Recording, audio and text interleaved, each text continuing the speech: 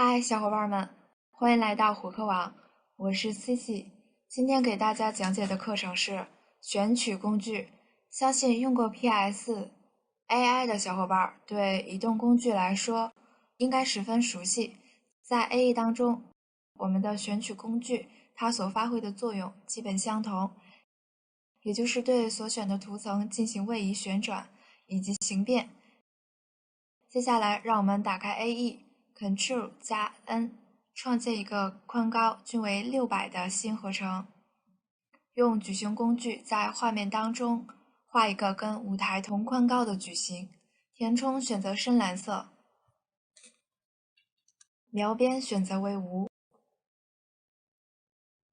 接着 Ctrl 加 I 导入我们所提供的素材，把素材拖入到图层列表当中，并且位于矩形图层之上。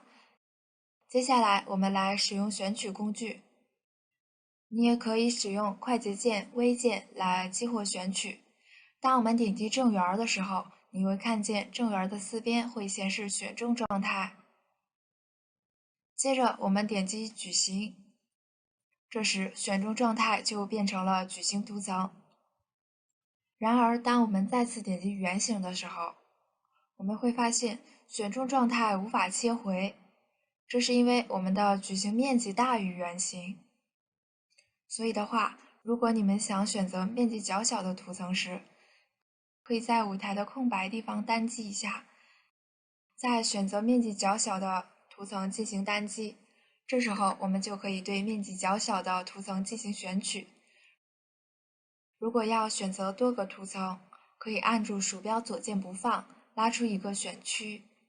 但凡与选区有所交集的图层，都会呈现选中状态。想要对图层进行面积上的缩放，可以点选某一个锚点进行拖移。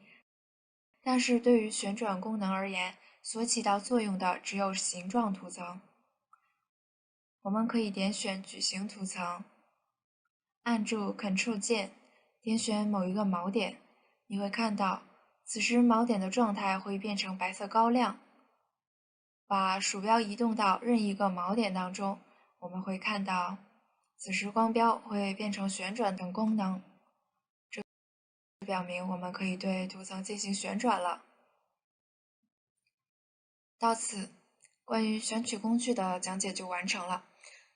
需要补充的是，有时候小伙伴们会发现，在选取工具的状态下，光标会变成十字形，这是因为我们点亮了目标区域的功能，取消目标区域，就可以看到光标变回了黑色箭头。